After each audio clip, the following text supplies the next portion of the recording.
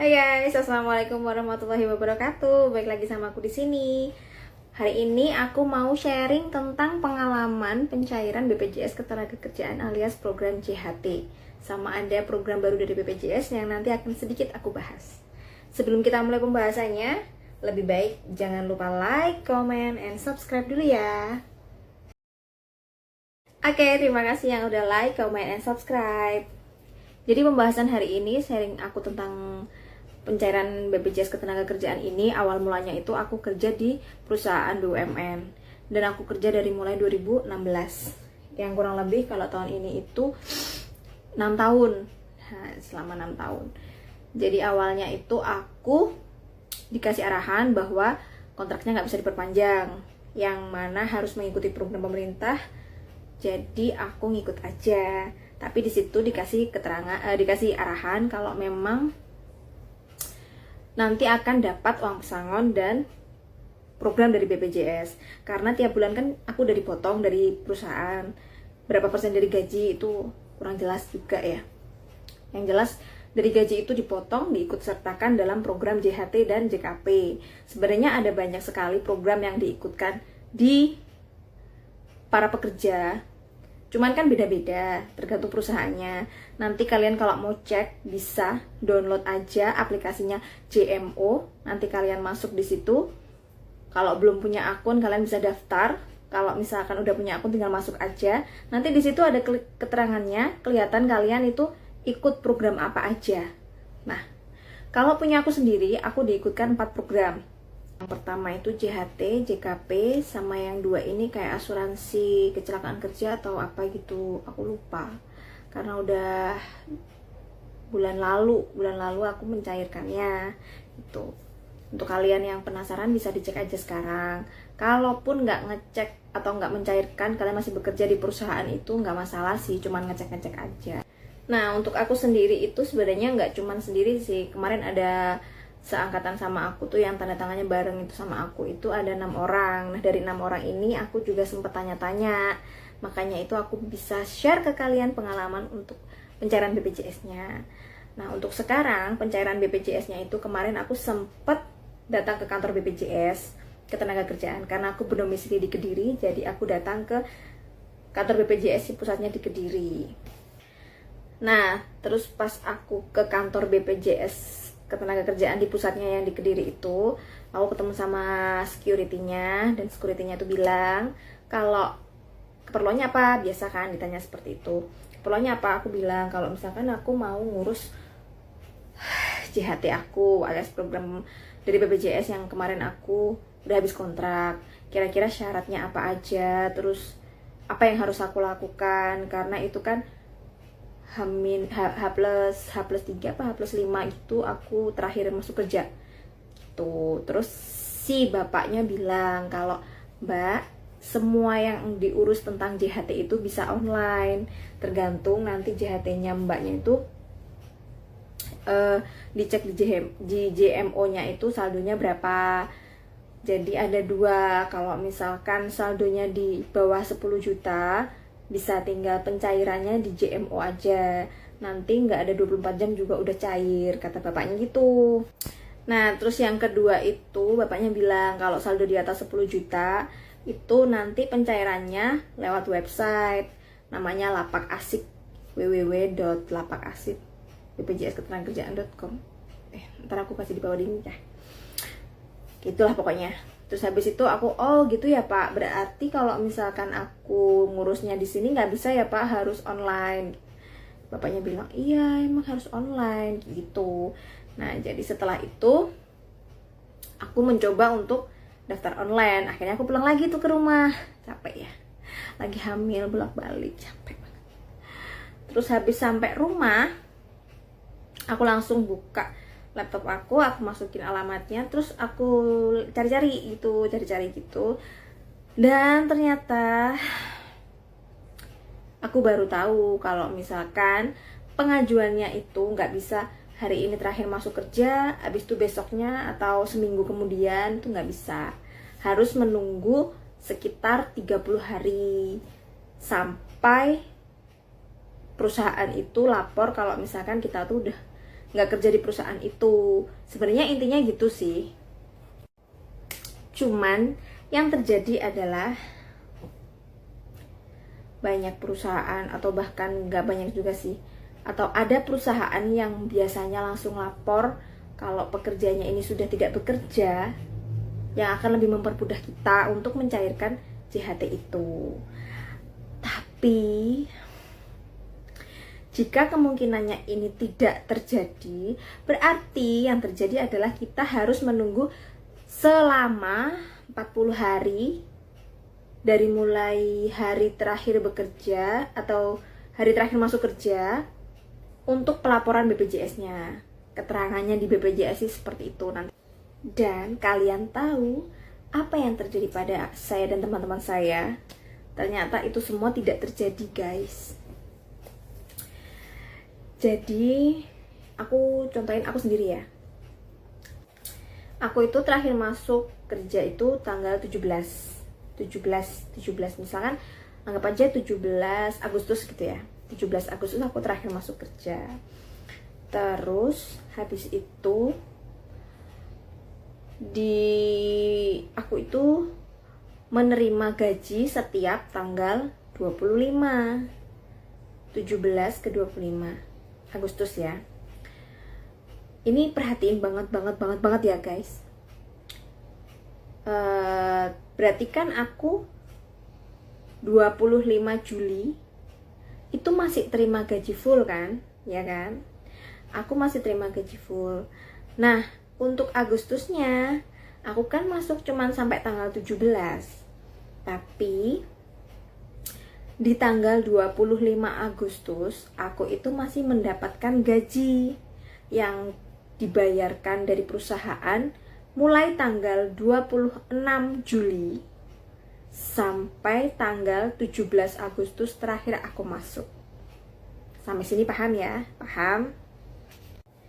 Lalu kemudian kalau sesuai arahan yang aku baca di websitenya, berarti 17 ditambah 40 hari setelah itu aku bisa mencairkan JHT ku tadi, ya kan? Namun yang terjadi adalah belum bisa, karena di JMO, di aplikasi JMO-nya tadi, status kepesertaanku itu masih aktif. Lalu aku mencoba untuk menanyakan ke BPJS-nya dan ke SDM aku, manajemen di perusahaan aku yang lama. Mereka bilang, jawaban mereka adalah, ya udah nunggu statusnya nggak aktif dulu aja. Nanti kalau udah nggak aktif kan tinggal pengajuan. Baik, jika memang harus menunggu, oke, saya akan menunggu. Terus saya masih koordinasi sama teman-teman saya yang 6 orang tadi yang bareng sama saya untuk tidak perpanjangan kontrak. Jadi habis masa kontrak kita tunggu. Bayangin aja tuh, nungguin 40 hari gak ngapa-ngapain, gak dapat gaji. Sangat melelahkan.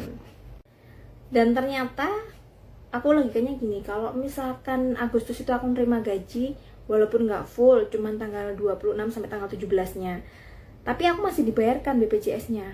Oh, mungkin ini yang menyebabkan si status kepesertaannya itu masih aktif. Lalu aku masuk bulan berikutnya, bulan depannya itu aku cek lagi tanggal 25, kan aku udah nggak nerima gaji tuh. 25 nggak nerima gaji, tapi statusnya masih aktif guys, masih aktif. Oke, kalau gitu aku tunggu aja sampai hari terakhir iuran, mungkin ada perubahan. Oke, baiklah. Aku tunggu lagi nih 25, nunggu sampai tanggal 29. Karena aku tiap hari buka tutup JMO, otomatis mungkin JMO-nya capek kali ya. Terus habis itu tibalah di tanggal 28.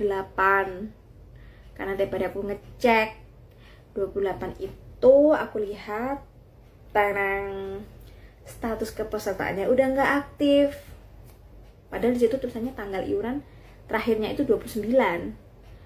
Terus aku mikir, oh berarti ini batas pembayaran, kayak kalau kita bayar BPJS kan ada batas terakhir tanggal bayarnya gitu kali ya. Pas tanggal 28-nya itu udah nggak aktif statusnya. Betapa bahagianya saya.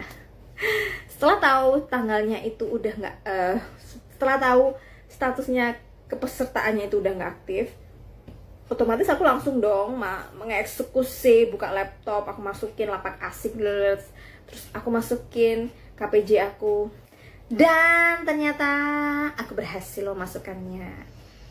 Karena awal tadi sebelum aku ngecek di JMU statusku aktif apa enggak, aku tuh langsung buka lapak asik dari Pak Satpam tadi. Aku langsung buka lapak asik tuh lewat laptop. Set, aku masukin nomornya. Di situ udah ada tulisannya. Jadi di websitenya itu udah ada tulisannya, mohon maaf, status kepesertaan Anda masih aktif. Dari situ kita udah nggak bisa lanjut lagi guys. Udah kolomnya tuh udah biru abu-abu, udah gelap, nggak bisa diisi. Ya begitulah. Lika-liku mau mencairkan BPJS Ketenagakerjaan. Tapi yang kedua ini kan aku isinya setelah aku ngerti kalau statusku udah nggak aktif ya. Aku isi di lapak asik tuh lancar kayak jalan tol guys. Lancar banget, alhamdulillah. Rezeki anak solihah. Udah gitu aku isi semua, set. Sampai di tahap akhir keluar tuh nomor antrian BPJS Anda sekian. Terus aku juga nerima email, kurang lebih kayak gini lah. Nah, nanti kalau kalian habis ngisi di lapak asiknya itu, kalian dapat email. Biasanya itu kalian akan dihubungi sama pihak BPJS-nya. Biasanya kalau udah ada di antrian gitu ya. Di antrian itu ada tulisannya, guys. Ada tulisan wawancara sama petugas BPJS-nya untuk meng-cross-check ya. Untuk meng-cross-check kevalidan data kalian. Jadi nanti kalau aku kemarin tuh wawancara tuh difoto sama KTP. Kalau misalkan KTP-nya nggak pakai kacamata, ya disuruh lepas. Nah, kalau habis daftar berhasil, dapat email, itu nanti akan di WA sama pihak BPJS-nya untuk ditentukan tanggal wawancaranya gitu. Tapi di email itu udah ada keterangannya sih, tanggalnya berapa. Kayak gini loh.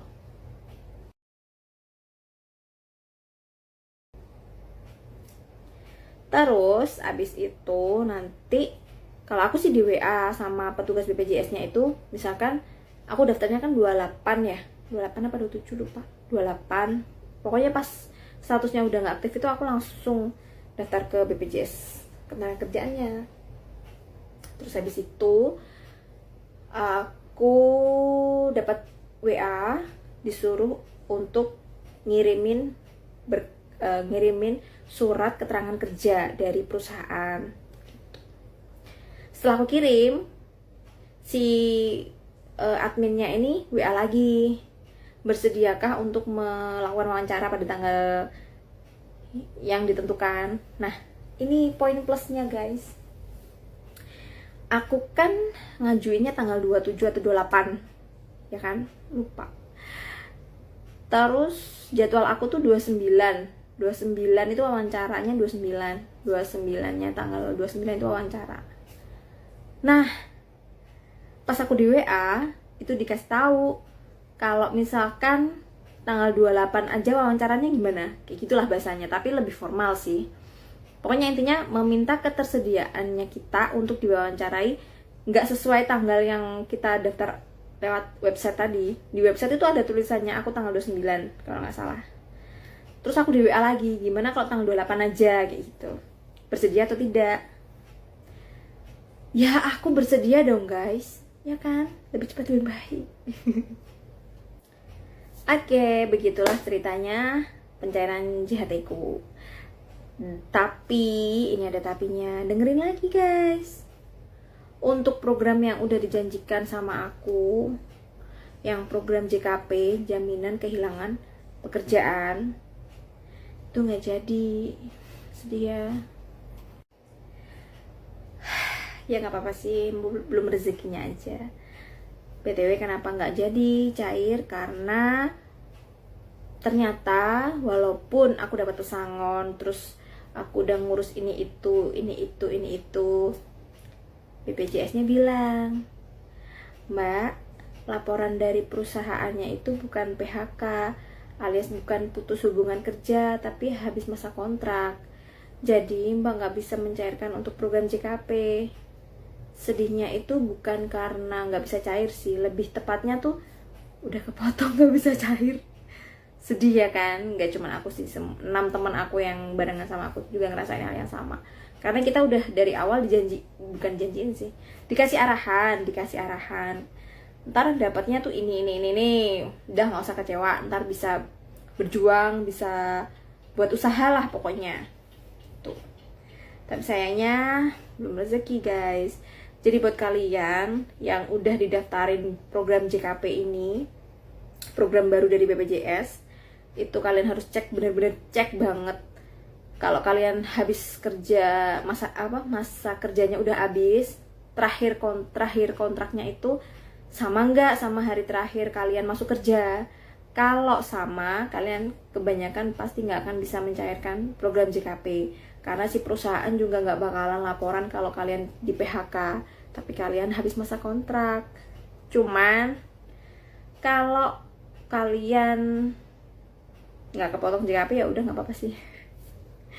Cuman itu aja. Tapi kalau program JKP ini, kalau ada yang didaftarin program JKP dan memang benar-benar di PHK, beda sama tanggal kontrak, kalian bisa memperjuangkan ini guys. Dan ini nominalnya besar loh. Kalian bisa dapat gaji selama 6 bulan. Kalian bisa dapat gaji 35-45%. Kayak gitu. Lumayan kan, di rumah digaji sambil ngelamar-lamar pekerjaan yang lain dan untuk menggantikan pekerjaan yang lama gitu. Maksudnya kayak gitu sebenarnya tujuannya programnya itu. Tapi untuk syarat-syaratnya tetap kalian harus ngecek lagi di websitenya BPJS.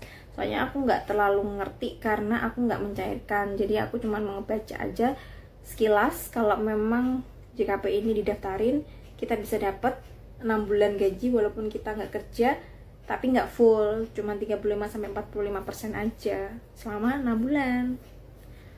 Tuh. Nah, itu tadi sekilas tentang sharing pengalaman pencairan program JHT aku guys. Buat kalian yang mau nyairin, jangan lupa dokumen-dokumennya disiapin, KTP, KK, surat keterangan dari perusahaan, sama yang terpenting buku tabungan. Ya, kalau kalian punya buku tabungan, kalau kalian punya nomor rekening tapi lupa naruh buku tabungan, mending gak usah, bikin baru aja, ribet ya kan. Soalnya nanti pas waktu pencairan tuh diminta foto buku tabungan, yang buku sampul depannya itu yang ada tulisan nomor rekening, nama, alamat, kayak gitu. Oke, segitu dulu sharingnya untuk hari ini. Thank you for watching.